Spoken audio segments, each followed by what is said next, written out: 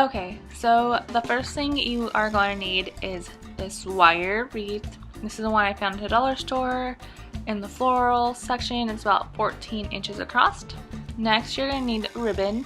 I got a green, a pink, and a teal color.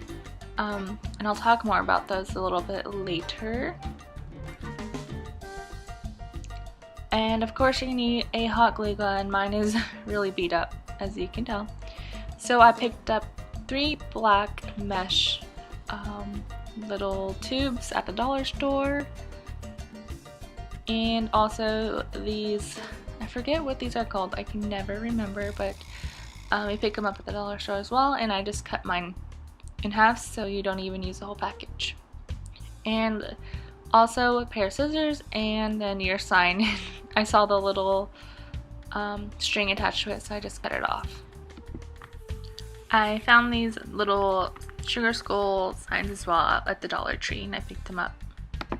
So let's get started by twisting some of the little twisty ties around the wreath, metal wreath frame. I put one on each of the little dividers.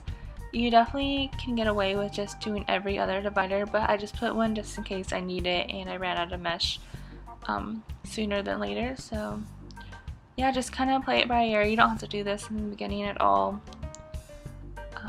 And yeah, we'll get started on the next step, which is actually like attaching the mesh to the actual wreath frame. Okay, so here we are going to grab some of the mesh, and you'll see me doing it here in a second. And I kind of twist the end together and make a little area so I can attach it with the twisty tie a little bit better. So you're just gonna put it in the twisty tie and then just tie in the twisty tie around it so it just is really secure. I saw some stray strings, so I just cut those off really quick.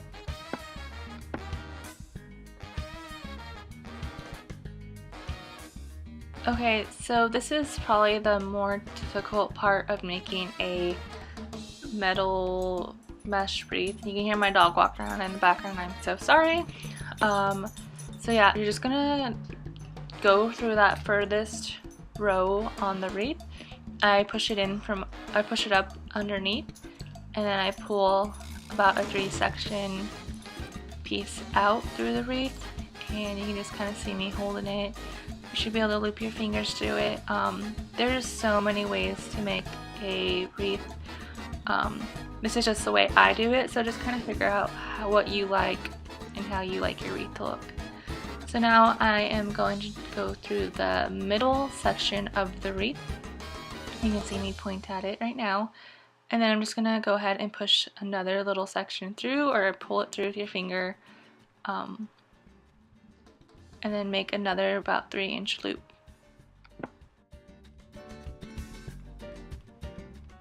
So now you're going to have 2 loops of mesh to pull through. And I feel like the beginning is always hardest to start a mesh wreath. It's just kind of difficult. So now you have 2 little loops, and then you're going to go to the innermost ring, I guess, of the wreath, and you'll see me point to it once again. I swear, that's my second call that I've gotten since trying to film this video. Okay, so you're going to pull that section through, push it through, and make another 3-inch loop, and they're all going to be the same length that you pull through. So yeah, just going to have another loop. Okay, so now you have 3 loops. I know it kind of looks a little odd at this point, but it will come together, I promise. So I grabbed my hand, and I think I'm using my left hand to hold that mesh in place while you start the next section of mesh wreath. And so I'm going to grab it, move it down to the side, out of the way. I think a difficult thing about making mesh wreaths are that you have to like hold the wreath and then kind of work with it at the same time. And sorry, I'm trying to like get a hold of it so I can show you guys what I'm doing. So now you're going to go back to the furthest part of the metal ring and push them through, and it is very difficult to like hold it and pull it through, so kind of take your time and practice with it. It's gonna take a second to kind of get kind of like braiding your hair. I don't know if you have hair or you've braided hair before, you kind of have to like hold different sections. So now I am looping it through the most center part of the wreath, and I'm kind of pushing it through, pulling it, just kind of work around with it. It's kind of difficult, but once you get it, you'll get it. So now I'm just holding and pushing with one hand the wreath out of the way so I can see what I'm doing. Yeah, I'm trying to adjust it for you guys. So now I'm going again through the most inner loop of the wreath. And if you guys want me to make another video on just how I do my wreath, I can. There's just so many other videos out there, so I don't want to make a video that's already out there. Okay, so by now you should have 6 little loopies, and I'm gonna zoom back out so you can kind of see it from a different point of view, so it's not so close. So yeah, I'm just gonna let you guys watch, and I will jump in and explain when I see the need to. Okay, so as you guys are watching me make the wreath, I'm just going to tell you a few facts about Day of the Dead. So first off, I'm going to start with the colors. So black is the color of death and the land of the dead, often used as a background color in artwork. Purple is an acknowledgement of the loss of a loved one. It signifies mourning, grief, and pain. Purple candles are often lit at the altars. Pink is the color of celebration. Skeletons are often dressed in pink dresses and suits. White is for purity, hope, and renewal. The thought is that the souls of the dead have been wiped clean. Orange is the color of marigold flowers, and it's the color of sun and light. So if you have seen the movie Coco, you see all the little orange marigolds that form the bridge of from the Day of the Dead, or I mean from the land of the dead to I guess like human life. I don't know how to explain that very well apparently, but yeah, I thought that was a pretty cool and interesting thing. Real quick, I'm gonna jump in and let you know what I'm doing. I got to one of my purple twisty ties, and then I just tied the end of the wreath to it and just made it tight, and now I'm just continuing on. I also want to talk about red, which is the color of blood and life. Fluffing it up, making it look a little bit better, and I wanted to say I used one roll for 2 of the sections, so you only need 3 black rolls of mesh. You can also use more if you want to make it fluffier. I didn't because I'm going to add ribbon and other stuff to it, so just kind of play it by ear and however you want to make it look. Here I'm just starting another section again and just filling the wreath up. Okay, so a couple differences between Halloween and Day of the Dead is that Halloween is celebrated on October 31st, while Day of the Dead is celebrated on November 1st and 2nd. Halloween origin is from the Old Irish, and Day of the Dead is from the Aztec festival dedicated to the goddess Lady of the Dead. Halloween celebrates the end of summer and the coming of winter, while Day of the Dead celebrates life and death of ancestors, friends, and family. Halloween is known as being scary and have frightening costumes, while Day of the Dead encourages visits from spirits of those who have died and celebrates their memory. Halloween's common symbol is a jack-o'-lantern, while the Day of the Dead symbol is the skull.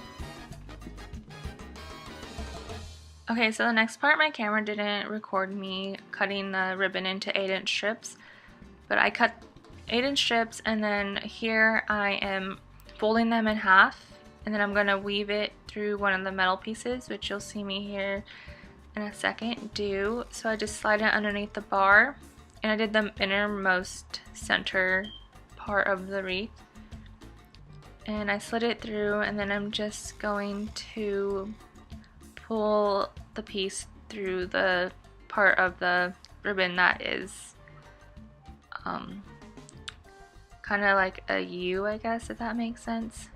So yeah, I just pulled it through, and then I'm gonna pull the strips apart. And then I am going to show you again how I did that, just in case you didn't catch it the first time, and hopefully it's not that difficult to understand the way I'm explaining it. But I'm gonna show you how I do it again, and then I'm gonna show you, or I'm gonna zoom you out and then show you the rest of the wreath, so it kind of makes more sense.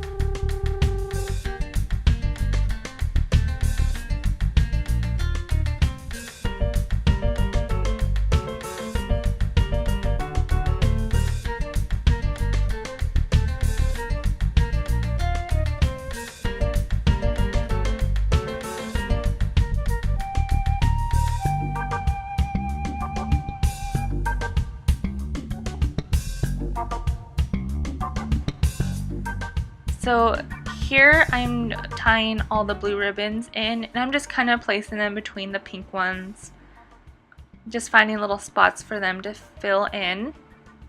And I didn't mention yet, but the green ribbon was only 3 feet long, so I didn't have as many of the bright neon green ribbon, which made me really sad.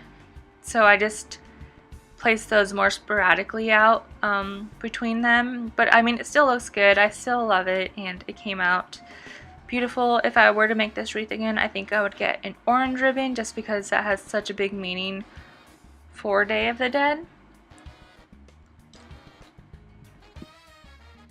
In the background, I had to redo the wreath, so this is why, well, one of the reasons I had to take so long to film this video. Anyway, I'm attaching the, I don't know, why can I not think of what these are called? Anyway, I'm attaching them to the back of the skull with hot glue gun, and just placing them there and attaching them. Another way you can do this is using clear string. I just didn't have any on hand, and I had some of these laying around, so of course I'm just going to use what I have on hand. But I definitely would recommend picking up some clear string to attach the skull with, because I think that would look a lot better than using these, and it'd probably stay way better. I feel like hot glue gun is like not as durable. But anyway, so I'm just putting some hot glue down, and then I'm just placing the little, oh my goodness, why can I not think of what they're called? Anyway, I'm just placing it on top of the hot glue and letting it attach to it, and then yeah, I'll just flip over the wreath here in a minute and attach it to the actual wreath. So that is pretty much it after you attach the sugar skull to your actual wreath. Hope you enjoyed the video and the fun little facts that I told you. I just looked them up on Pinterest, so if one of the facts are wrong, I am very sorry. If you guys have any other fun facts you know about Day of the Dead, leave me a comment. Leave me a comment with any of your questions that you guys have about the wreath. Or if you have any other video ideas that you want me to make, let me know. I can make a video on just making the actual wreath part, because I know that is very difficult and hard to understand. But I know like there is other videos out there that do a pretty good job about showing you how to make a wreath. But once you get it, it gets pretty easy, and you'll make wreaths so much easier once you understand the actual like pattern that you have to make. I don't know, it's kind of hard and difficult to explain.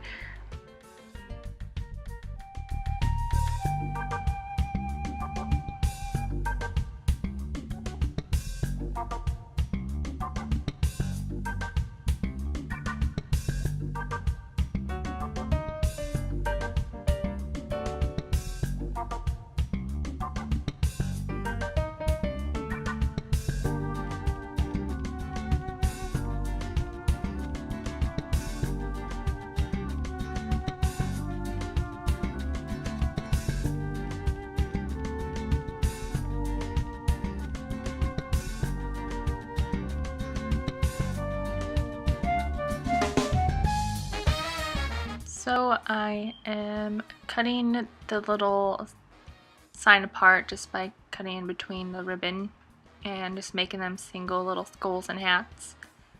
And then I am going to hot glue the little twisty tie on the back of them. You'll see me do that here in a second. So I'm just hot gluing them to the back, and then I used a full one so it was easier to tie to the wreath, and the mesh is so thick that it makes it better when you use the full one instead of the half of them.